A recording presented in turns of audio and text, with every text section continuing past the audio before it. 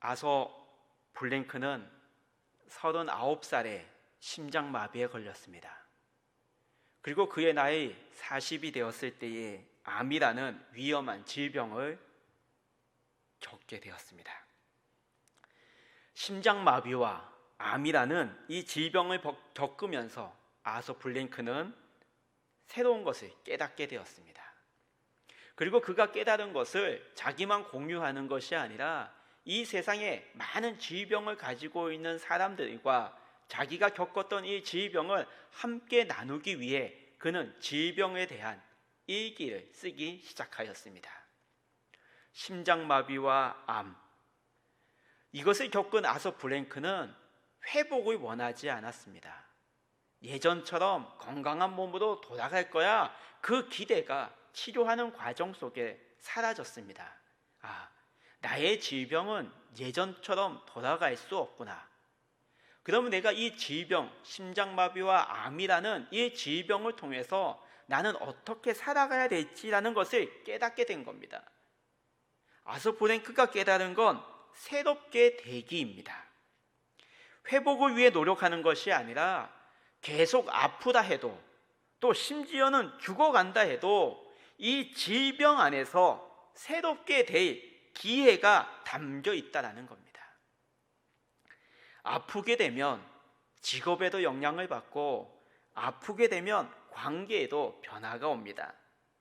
자신이 누구며 어떤 사람이 될 수 있는지, 삶이 무엇이고 또 삶이 무엇이어야 하는지, 이 모든 것을 이 질병을 겪으며 다르게 느꼈다는 겁니다.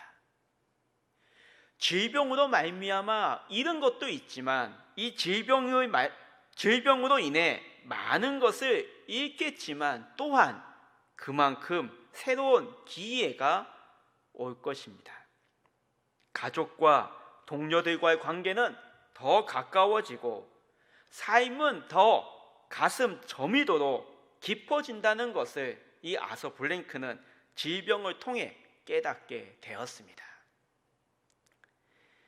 우리가 살아가고 있는 우리의 삶은 참 역설적인 것 같습니다. 평온할 때나 그리고 행복할 때에는 삶이 무엇이며 또 내가 누구인지에 대한 생각을 하지 않습니다. 그 평화와 행복을 누리기에 급급했습니다. 그런데 힘들고 어려울 때는 누구나 다 삶을 어떻게 살아가야 되는지, 또 이 삶 속에서 이 힘듦과 역경 속에서 나는 누구인지, 이 역경을 이겨낼 수 없는 자였는지에 대한 자기 자신을 바라보게 되며 또 삶을 더 깊이 있게 깨닫게 됩니다. 우리 성도님들도 아마 이 삶 속에서 많은 것을 경험하였고 또 삶은 역설의 삶이라는 것을 경험해 보셨을 겁니다. 예수님께서는 공생이 시작하기 전 말씀하신 말씀이 있습니다. 예수님은 공생의 시작 전, 하나님의 사역을 시작하기 전에 예수님께서는 때가 찼고 하나님 나라가 가까이 왔으니 회개하고 복음을 믿으라라고 선포하셨습니다. 예수님의 사역의 시작은 하나님의 나라를 선포하였던 것입니다. 그리고 예수님께서는 이 하나님의 나라가 어떤 나라인지를 중풍병자를 고쳐주시고 손마른 자를 고쳐주시고 많은 병자를 고쳐주시며 하나님의 나라에 대해서, 하나님의 나라의 그 역사를 보여주었습니다. 그뿐만 아니라 세리와 죄인들을 초대하여 같이 그들과 식사를 하였습니다. 예수님 당시 많은 그 당시 종교 지도자였던 바리새인과 서기관들은 예수님의 사역에 반대했습니다.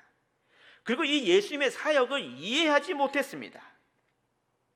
그들은 하나님 나라의 역사를 보고 있지만 무엇이 일어나고 있는지 이해하지 못했습니다. 종교 지도자들뿐만 아니었습니다. 예수님을 주변에 따라다녔던 많은 무리들도 하나님 나라의 역사는 그들 눈으로 보았지만 그것이 의미하는 것이 무엇인지를 깨닫지 못했습니다. 단지 신기했습니다. 중풍병자가 고침을 받고 손받은 자가 고침을 받은 그 놀라운 일들을 구경만 했습니다. 그러자 예수님께서는 그들에게 하나님의 나라가 어떤 나라인지 비유로 설명해 주기 시작하셨습니다. 그것이 저희들이 읽은 마가복음 4장 말씀입니다. 4장 1절 말씀에 예수께서 다시 바닷가에서 가르치시니라고 시작이 됩니다. 하나님 나라를 설명하시기 전에 예수님께서는 다시 바닷가로 이동하셨다라는 겁니다. 그럼 예수님이 어디에 계셨다가 바닷가로 이동을 하셨는지 우리 성경 말씀을 보면 3장 20절 말씀에 집에 계셨습니다. 예수님이 집에 계실 때에 바알세부 논쟁이 났습니다. 많은 병자를 고쳐주는 것이 귀신의 힘으로 고쳐주는 거구나, 그 논쟁이 붙었습니다. 그 논쟁이 있었던 그 집에서 예수님께서는 바닷가로 이동을 하셨습니다. 공간을 이동하셨습니다. 예수님께서 공간을 이렇게 이동하신 것, 집에서 바닷가로 이동하신 것은 하나님 나라의 특징을 보여주시는 겁니다. 집은 어떤 곳입니까? 우리 성도님들께서 계시는 그 집은 여러분들에게 어떤 이미지와 무엇을 주는 곳입니까? 집은 정착입니다. 정착의 이미지가 있습니다. 또 집은 벽돌로 둘러싸여 있기 때문에 나를 보호해 줍니다. 그러다 보면 어떻게 보면 이 집은 좀 폐쇄성이 있습니다. 집에 들어가면 무엇을 하는지 그 이웃들은 알 수가 없는 것이 바로 이 집입니다. 반면에 바닷가는 어떻습니까? 바닷가는 개방되어 있습니다. 그리고 그 바닷가에서 나는 여기서 내 일평생 살겠다라고 다짐하는 사람이 없습니다. 바닷가는 한시적으로 잠시 머물다가 떠나는 곳입니다. 오래 머물 수 없는 곳입니다. 그리고 개방되어 있습니다. 예수님께서 이 바닷가로 이동해 하나님 나라를 가르치시는 것은 결국 하나님의 나라는 정착이 아니라 유동적이다. 하나님의 나라는 어느 한 곳에 머물러 있는 것이 아니라 움직이는 것이다 라는 것과, 이 하나님의 나라는 폐쇄적인 것이 아니라 개방되어 있다라는 것을 예수님께서 몸소 공간을 이동하며 보여주신 것입니다. 당시 종교 지도자들은 세리와 죄인들을 취급하지 않았습니다. 그들 근처에 없인 여기지도 가까이 가지도 않았습니다. 저들은 죄인이야, 나는 죄인이 아니야. 저들은 더러워, 나는 깨끗해. 그래서 그들 이웃의 근처에도 가지 않았습니다. 예수님은 어떠셨습니까? 그들을 초대해서 그들과 함께 식사를 하였고 그들을 품어주었습니다. 유대인들에게는 선민 사상이 있습니다. 우리가 하나님의 자녀야. 그 외의 사람들은 하나님의 자녀가 아니야. 하나님께 선택받은 백성들이 아니야. 우리가 하나님께 선택받은 백성들이라고 생각했습니다. 그러나 예수님은 유대인들에게만 하나님의 나라를 선포한 것이 아니라 이방인들에게도 하나님의 나라를 선포하였고 그들을 하나님의 나라로 인도하였습니다. 하나님 나라의 문을 활짝 개방시키셨습니다.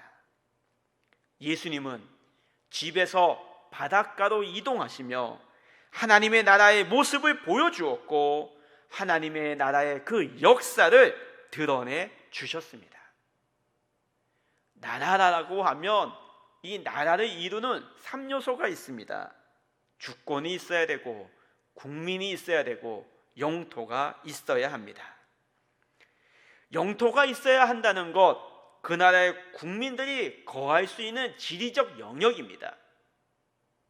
이 영역은, 이 영토는 정해져 있기 때문에 움직이지가 않습니다. 그래서 각 나라가 영토를 확장하려면 전쟁을 일으킵니다. 영토를 확장하기 위해 전쟁을 일으키며 자기의 나라의 그 영토를 확장해 나아가는 것이 나라였습니다. 예수님께서는 사람들이 생각하던 나라의 개념이 아니었습니다.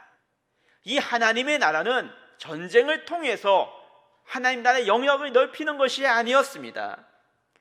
하나님의 나라는 삶의 공간에서 하나님의 나라를 보여주시고 하나님의 나라를 확장해 나아갔습니다. 우리 원미동교회 성도 여러분, 우리들의 삶도 움직이는 삶입니다. 우리의 삶도 어느 한 곳에 머물러 있지 않습니다. 공간을 이동할 때마다 만나는 이웃들에게 하나님의 나라로 인도해야 하고 우리의 삶을 통해 하나님의 나라를 드러내는 성도들이 됩시다. 바닷가로 가신 예수님께서는 여러 가지를 비유로 가르치셨습니다. 그리고 그 가르치신 그 비유 중에 우리가 많이 듣고 많이 알고 있는 씨를 뿌리는 비유를 말씀하셨습니다. 씨를 뿌리는 자가 길가에 씨를 뿌립니다. 길가에 떨어진 그 씨를 새들이 와서 먹어버립니다. 흙이 얕은 돌밭에 떨어집니다. 뿌리가 없어 말라버렸습니다. 씨를 뿌리는 자가 길가와 돌밭에 뿌렸습니다. 우리는 이 씨 뿌리는 비유를 들을 때마다 우리는 길가와 돌밭에 집중했습니다. 그리고 좋은 땅이 되어야 되겠다, 이 말씀에만 집중했습니다.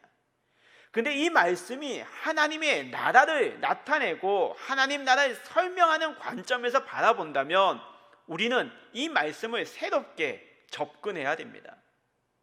씨를 뿌립니다. 그럼 이 씨를 뿌리는 사람이 길가에 씨를 뿌리는 것과 돌밭에 씨를 뿌릴 때에 그 상황이 어떻게 될지, 그 씨들이 어떻게 될지 모르고 뿌렸겠냐라는 겁니다. 씨를 뿌리는 자가 길가와 돌밭에 뿌리면 열매를 맺지 못한다는 것을 모를 리가 없습니다. 그런데 길가와 돌밭에 씨를 뿌렸습니다. 씨를 뿌리는 자는 어리석은 농부가 아닙니다. 그럼에도 불구하고 길가와 돌밭에 씨를 뿌렸다는 것은, 이 말씀은 예수님의 사랑을 드러내는 말씀입니다. 하나님 나라의 포용성입니다. 길가 돌밭에 씨를 뿌리면 그 씨가 어떻게 되는지 알고 있다, 어떻게 되는지 안다. 그러나 그럼에도 불구하고 그래도 씨를 뿌린다라는 겁니다. 한 사람이라도 더 하나님의 나라로 인도하고 싶으신 예수님의 사랑이라는 겁니다. 성도들이 하나님 나라를 위해 끊임없이 걸어가야 할 길임을 말씀해주고 계십니다. 예수님의 삶을 보십시오.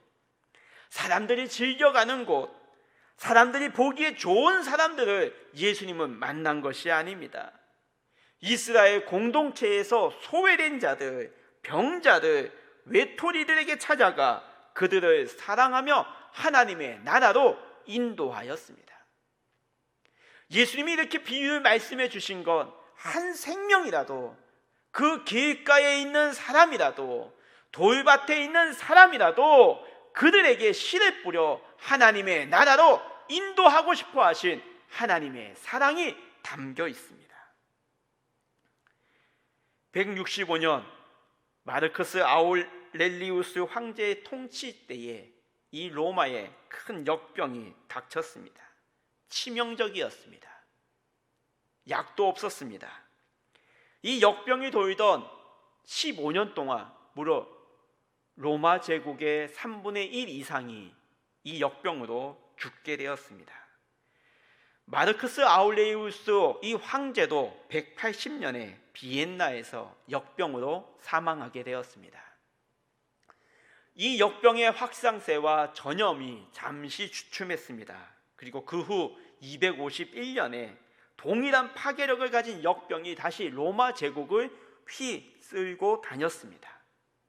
농촌 그리고 도시 큰 타격을 입었습니다. 마치 태풍에 실려오듯 불시에 들이닥친 이 역병으로 로마 제국이 흔들리기 시작했습니다. 정치적으로, 군사적으로 큰 타격을 입게 되었습니다. 뿐만 아니라 로마에서 자랑하는 학문은 이 역병에 대한 해석을 내놓지 못했습니다. 어떻게 이 역병을 이겨낼지에 대한 대안도 제시해 주지 못했습니다. 역병이 절정에 다다랐던 260년경, 기독교인들은 이 역병에 힘들어하던 이웃들을 향해 나아갔습니다. 기독교인들은 주님을 믿고 주님과 동행하고 주님과 함께 걸어가겠습니다라고 고백했던 이 주님의 자녀들은 이 역병 속에서 답을 알고 있었던 것입니다. 이웃을 향한 무한한 사랑과 충성심을 보여주었습니다. 그들은 환자로부터 그 역병이 전염이 되자 그 아픔을 원망하지 아니하고 자신에게 끌어와 그 고통을 기꺼이 감내해냈습니다. 이 기독교인들은 개인이 움직인 것이 아니었습니다. 기독교 공동체는 병자와 죽어가는 자를 간호했고 제대로 시신을 매장하기 위해 시신 처리에 돈을 아끼지 않았습니다. 엄청난 사망률 속에 로마 제국의 모든 사람들은 공포에 떨었지만 기독교인들은 이 역병을 단지 배움과 시험의 장으로 반겼습니다. 기독교인들은 삶으로 답을 보여주었습니다. 예수님의 가르침의 씨앗이 결실을 맺는 결과였습니다. 하나님의 나라는 세상 사람들과 다른 길입니다. 하나님의 나라는 세상 사람들이 바라보지 못하는 이웃들을 바라보는 나라입니다. 우리 원미동교회 성도 여러분, 예수님께서 가르쳐주신 이 말씀의 씨앗을 우리의 마음에 심어 우리의 삶의 자리를 배움과 시험의 장으로 삼아 씨앗의 결실을 맺는 우리 원미동교회 성도님들이 다 같이 됩시다. 씨를 뿌리는 자가 씨를 뿌립니다. 그리고 5절 말씀을 보시면 더러는 흙이 얕은 돌밭에 떨어짐에 흙이 깊지 아니하므로 곧 싹이 나오나. 5절 말씀을 보시면 2번 기록된 단어가 나옵니다. 바로 흙입니다.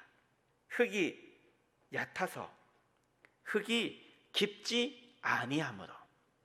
흙이 2번 사용되고 있습니다. 이 흙이라는 단어가 헬라어로는 게스라는 단어인데 이 단어가 5절에서만 쓰인 것이 아니라 1절에도 나옵니다. 온 무리는 바닷가 육지에 있더라.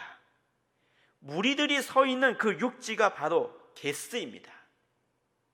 그럼 1절과 5절 말씀을 비교해서 이 말씀을 읽어보면 흙이 얕아서 흙이 깊지 아니하는 땅, 그 땅에 무리들이 서 있다라는 겁니다. 무리들이 서 있는 그 땅이 어떻게 됩니까? 무리들이 서 있는 그 땅에 씨가 떨어지면 그 씨가 어떻게 됩니까? 6절 말씀입니다. 해가 돋은 후에 타서 뿌리가 없으므로 말랐고. 흙이 얕은 땅, 무리들이 서 있는 그 땅에 씨가 떨어지면 그 씨가 말라버린다라는 겁니다. 무리들이 서 있는 땅입니다. 무리들이 서 있는 그 육지가 말라버리는 땅이라는 겁니다. 근데 예수님은 어디에 계십니까? 예수님은 육지에 계시지 아니하고 예수님께서는 바다에 떠 있는 배에 올라 앉으시고 바다에 떠 있는 배에 예수님은 계셨습니다. 바다에 떠 있는 배, 무리들이 서 있는 육지, 우리들이 바라볼 때에는 어느 곳이 더 안전한 곳입니까? 우리들이 생각하는 곳은 무리들이 서 있는 육지가 더 안전하다라고 생각합니다. 바다에 떠 있는 배는 바람이 불거나 파도가 치면 흔들리기 때문에 불안해 보입니다. 그런데 무리들이 안전하다고 서 있던 그 육지는 싹이 나오지만 말라버리는 땅이라는 겁니다. 하나님의 나라는 사람들이 안전하다고 생각한 그곳을 바라보며 향하지 않습니다. 사람의 눈에 불안전해 보이는 바다에 떠있는 배이지만 예수님과 함께라면 그곳이 육지보다 더 안전한 곳이고 그곳에 하나님의 은혜와 평강이 넘치는 곳이라는 것입니다. 우리는 우리의 이 삶을 살아가며 우리의 삶의 윤택과 우리의 삶의 안녕을 누리기 위해 애쓰고 있습니다. 더 많이 가지려고 하고 더 많은 것을 채워 누리려고 하고 더 많은 것을 소유하려고 하기 위해 우리는 많은 시간을 투자하며 일에 매진하고 있습니다. 그러나 그러한 것들은 우리들을 더 불안하게 만듭니다. 우리를 더 불안하게 만들고 우리의 마음을 점점 말라버리게 하고 있습니다. 2009년 11월 세계적으로 유행이었던 신종 인플루엔자가 우리나라에도 폭풍처럼 다가왔습니다. 당시 7살이었던 이석규 어린이가 이 신종 인플루엔자에 감염이 되어 어린 나이에 생을 마감하였습니다. 외아들의 잃은 애통함은 그 누구도 그 상실감은 매우 컸습니다. 아들 없이 살 수 있을까? 이 비관적인 생각에 운전 중에 속력을 높이며 핸들을 좌우로 흔들며 자살까지 생각을 했습니다. 이 부모님의 동료들은 과연 일어날 수 있을까?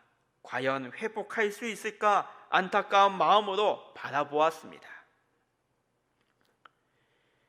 외아들을 장사 지내고 그 아들을 화장까지 장례를 다 마친 2010년 1월 달이었습니다. 뉴스를 통해 카리브해에 있는 아이티라는 나라에 7.0 규모의 지진이 발생했다는 소식을 들었습니다. 이 지진으로 31만 6천여 명이 사망을 했고 150만여 명이 다쳤다라는 뉴스를 접하게 됩니다. 아들을 잃은 슬픔에 이 부모는 뉴스를 접하며 자꾸 그들의 마음이 아이티를 향해 나아가고 있음을 느꼈습니다. 그리고 아이티를 향해 해외 봉사를 떠났습니다. 그리고 그곳에서 외아들을 잃은 그 석규를 생각하면서 온 세계의 어린이들을 사랑하게 되었습니다. 이 이석규 어린이의 아버지가 바로 탤런트 이광기 씨입니다. 그는 내가 흘린 눈물은 꽃이 되었다라는 그의 자서전을 통해 이렇게 고백하고 있습니다. 항상 기뻐하라. 쉬지 말고 기도하라. 범사에 감사하라. 이 성경 구절이 지금의 나를 있게 한 힘입니다. 석규를 떠나보낸 후 그저 모든 상황이 원망스럽고 화가 났다. 하지만 어느샌가 석규는 또 다른 사랑의 실천 방아쇠가 됐다. 거듭 말하지만 내 아들 석규를 통해 나눔을 알게 되었다. 석규가 나에게 커다란 선물을 주고 간 거다. 아들의 죽음을 통해 나눔을 깨닫게 되었습니다. 예수님의 말씀을 통해 눈물 속에서 그의 삶이 말라 비틀어지지 않고 더 깊은 삶의 의미를 새롭게 바라보며 하나님의 나라를 이루어가고 있습니다. 하나님의 나라는 역설의 나라입니다. 믿음 또한 이 역설을 품고 있습니다. 우리 원미동교회 성도 여러분, 세상 사람들이 바라보는 것을 바라보는 것이 아니라 예수님이 바라보시는 곳, 예수님이 계시는 곳, 예수님과 함께 동행하며 주님이 주시는 평안과 기쁨을 누리며 하나님의 나라를 만들어가는 우리 성도들이 다 같이 됩시다. 예수님께서는 그의 삶을 통해 하나님의 나라를 선포하셨습니다. 예수님의 삶 자체가 하나님의 나라였습니다. 나를 보내사 서게 하신 곳, 가장 귀한 곳이 바로 이곳이라. 내게 주신 곳 광야와 같아도 믿음과 소망 가지고 최선을 다하리. 내게 맡기신 가장 귀한 이곳 감사와 순종으로 오늘을 살리라. 나의 일상을 통해 하나님께 영광을, 나의 일상을 통해 생명의 복음을, 내게 맡기신 이곳, 나를 부르신 곳에 하나님의 나라가 이루어지길 원합니다. 나의 일상을 통해 주의 나라 이루소서. 이 고백이 우리 원미동교회 성도들의 고백이 되어 우리의 삶의 자리에서 하나님의 나라를 이루며 믿음의 길을 걸어가는 우리 원미동교회 성도님들이 됩시다.